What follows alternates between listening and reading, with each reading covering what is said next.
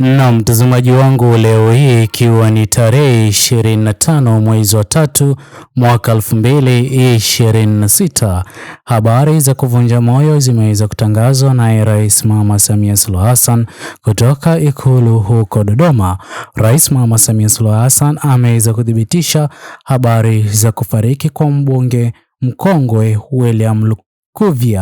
Mtazamaji wangu, tunasikitika kutangaza habari za kifo cha mbunge mkongwe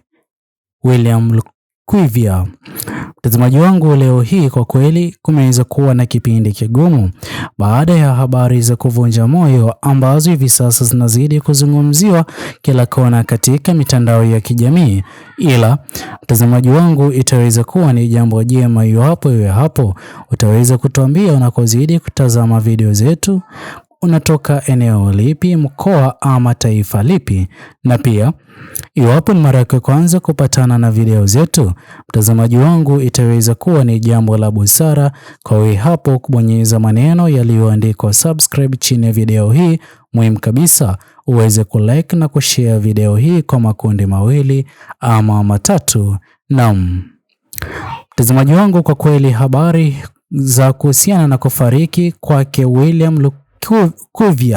limeweza kuwa ni habari mbaya, ila mtazamaji wangu, kuna baadhi ya watu ambao hawakutarajiwa kuzungumzia swala hili kuhusiana na msiba ama kifo chake William. Mtazamaji wangu, Tulia Ackson ni baadhi ya watu ambao wameweza kushangazwa pakubwa na kifo ambacho kimeweza kumkuta Lukuvi.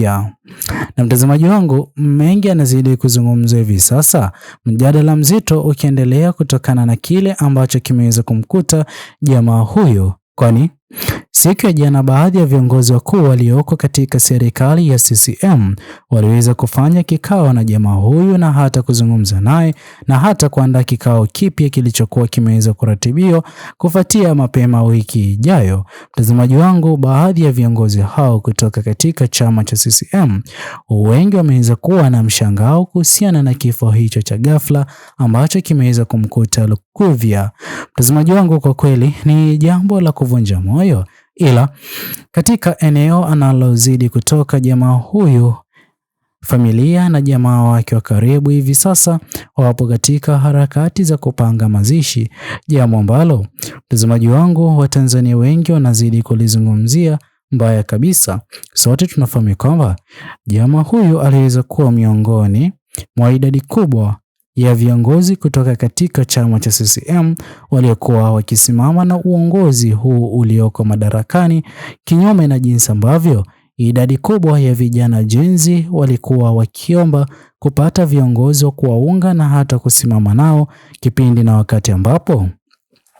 walikuwa wakipiga debe na hata kupanga maandamano yao yaweze kufanyika ili Tanzania mpya iweze kupatikana. Na mtazamaji wangu, baadhi ya vijana jenzi ambao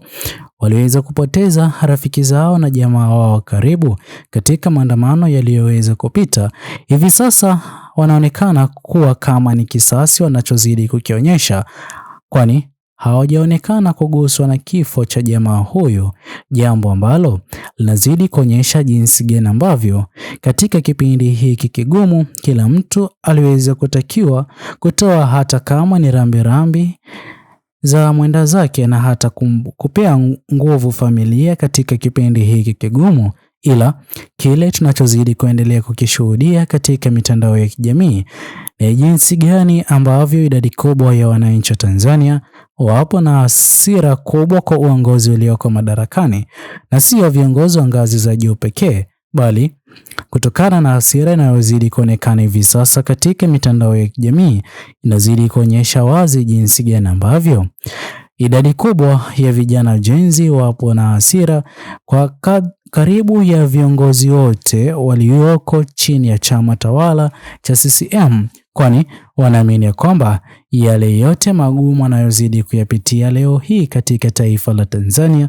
viongozi hao waliweza kuchangia kwa njia moja ama nyingine, na ndipo ambapo Mtazamaji wangu, kwa kweli baadhi ya vijana Gen Z wanaonekana kutoguswa na msiba wake Lukuvya, na mtazamaji wangu, amini siamini, hii ni dalili mbaya inayozidi kuonyesha jinsi gani ambavyo uongozi wake Rais Mama Samia Suluhu Hassan siku baada ya siku unazidi kupoteza umaarufu wake na hata uaminifu, na ikifikia katika hali za kipindi kigumu kama hiki, baadhi ya viongozi wa chama cha CCM ambao hawakuweza kusimama na wananchi hivi sasa nao wanazidi kukataliwa, na hakuna mwananchi yeyote yule angependa aweze kusimama nao katika kipindi hiki kigumu. Na mtazamaji wangu, kwa kweli hali hii inaonekana kuwa hali tete na hali ambayo inaonyesha chuki ambayo haitaweza kumalizika leo hii wala miezi itakapokuja, miezi michache ijayo. Ila mtazamaji wangu, kuna baadhi ya mambo ambayo hivi sasa yanazidi kujadiliwa na pia yanazidi kupendekezwa pakubwa. Mtazamaji wangu, kwa kweli kama tume huru iliyokuwa imeweza kuchaguliwa na uongozi ulioko madarakani ili uweze kuchunguza vifo vya idadi kubwa ya vijana Gen Z walioweza kuaga dunia katika maandamano yaliyoweza kupita. Mtazamaji wangu, kwa kweli tume hii isiweze kumficha lolote lile Rais Mama Samia Suluhu Hassan na uongozi wake ulioko madarakani, kwani mtazamaji wangu, itakuwa ni jambo mbaya kipindi na wakati ambapo kiongozi mkuu katika madaraka nchini Tanzania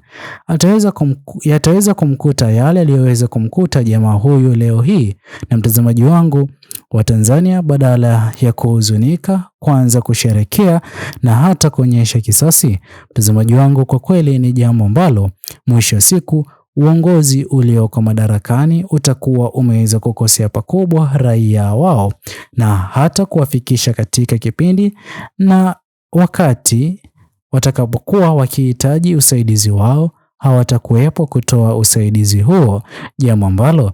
linazidi kutoa shaka kubwa katika uongozi wake Rais Mama Samia Suluhu Hassan, na hata huenda kaweza kulazimika kubadili baadhi ya mambo ya kimsingi yanayozidi kutarajiwa kuonekana kwa uongozi huo, ila hadi hivi sasa hayajaweza kuonekana, hii kiashiria wazi kwamba Watanzania wameweza kunyimwa nafasi ya kuzungumza, kukosoa na kupinga, ila kuna kipindi na wakati ambapo yatakapoweza kuwakuta viongozi walioko madarakani, Watanzania wataendelea kujibu kwa ukimya wanaozidi kuonyesha hivi sasa kwa kutoweza kuzungumzia uongozi ulioko madarakani, jambo ambalo litazidi kuashiria jinsi gani ambavyo uongozi ulioko madarakani umeweza kukataliwa pakubwa, na hakuna lolote lile ambalo litaweza kusababisha hata Mtanzania yoyote kuamini viongozi walioko madarakani, ikionyesha wazi jinsi gani ambavyo viongozi wao wanazidi kujijali wao binafsi na familia zao na baadhi ya mali wanaozidi kumiliki, na sio kujali maisha ya mwananchi wa chini nchini Tanzania. Ila sisi hapa tungemtakia jamaa huyo rest in peace na familia yake iweze kuwa na kipindi cha kuwa na nguvu katika kipindi hiki kigumu. Na mtazamaji wangu, usisahau kutoachia maoni yako katika uwanja wa comment section, subscribe, like, comment na kushare video zetu. Bye bye until the next video.